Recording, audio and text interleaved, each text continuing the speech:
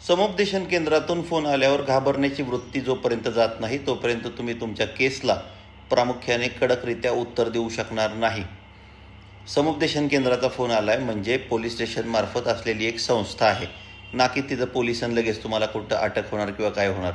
समुपदेशन केंद्र म्हणजे एक मिटवण्याची एक प्रक्रिया आहे आणि तुम्हाला जर तुमचं प्रकरण मिटवायचं नसेल, डिवोर्सचं करायचं असेल किंवा पुढं तुमच्या विरुद्ध काही मोठे आरोप आले असतील, त्या आरोपांना चिडून तुम्हाला पुढची कारवाई करायची असेल तर त्याचे अनेक पर्याय तुमच्याकडे उपलब्ध आहेत. त्यामुळे समुपदेशनला जाताना घाबरायचं नाही. तुम्हाला जमणार नसेल तर स्पष्टपणे उत्तर द्यायचं की आत्ता जमणार नाही, पुढच्या वेळेस एखादं विनंतीपत्र पाठवून द्या की पुढची तारीख द्या. उगाचच त्याचा मोठा बाऊ करायचा नाही. समुपदेशन केंद्राचा फोन आला तर इतकं घाबरून जातात लोक की त्यानंतर 2 तास त्यांचा फोन स्विच ऑफ तरी लागतो, नाही तर बिझी तरी लागतो. तर एवढं घाबरून जायची त्या समुपदेशन केंद्रातल्या कारवाईला अजिबात गरज नाही.